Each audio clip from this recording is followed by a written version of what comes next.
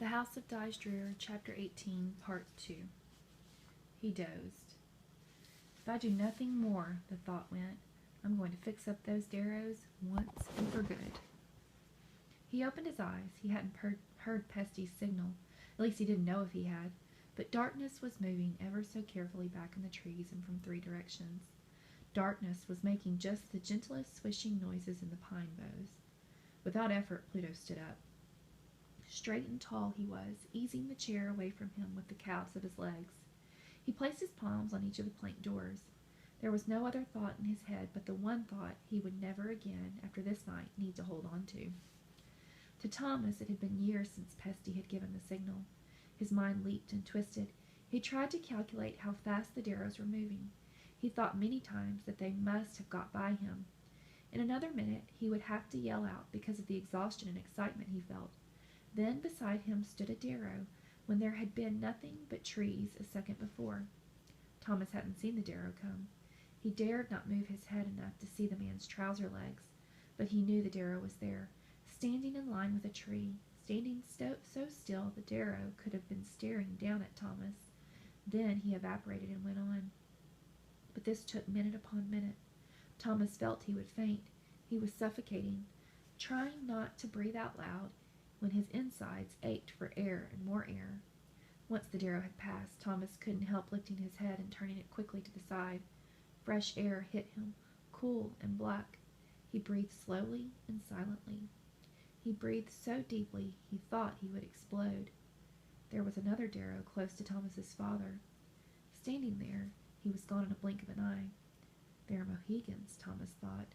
We are Tuscaroras, and they are Mohegans, not of our people. He didn't see the third and last Darrow until the faint shape of him was in the clearing, close to where Mayhew lay. Next, all 3 forms were together and not moving. Thomas raised the lower part of his body up on his knees, keeping his head well down. Darrows were whispering and looking around in all directions. I tell you he's gone, like they said, one was saying. Another spoke quite clearly. I don't like it. Why ain't his torches burning on the cave? Because he ain't here to light them, fool. Maybe so, but I can't hardly see a thing. When we get to the door, we can use the flashlight.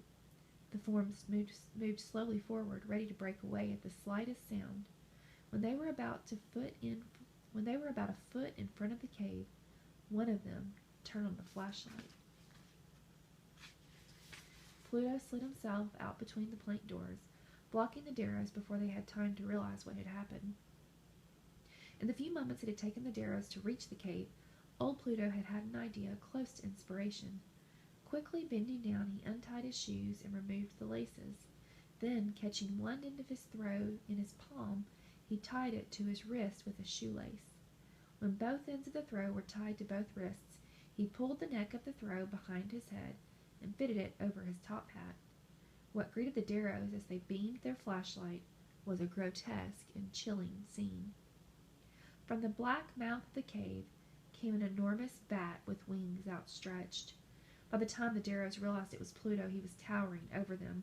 With his arms held out to the height of his shoulders, he began to speak, his face turned toward the heavens. Come, my winged bird, my glory, night bird. Come, all ye demons 3 who walk with me forever. Come parade a while with Pluto, who has missed you so. His voice roared through the clearing. The Darrow men ducked down. One of them dropped the flashlight. When it hit the ground, it broke and went out. In the trees, on top of Mr. Pluto's cave, Pesty let drop the canvas sheet that had hidden the painted brilliance of Mr. Pluto's bay horse. Already mounted on the horse, she took a sure hold on each of the gossamer wings attached to his withers. As she dug her bare toes into the bay's flanks, she began to work the wings up and down. When the Darrow saw a glowing giant of a thing with wings as translucent as glimmering silk,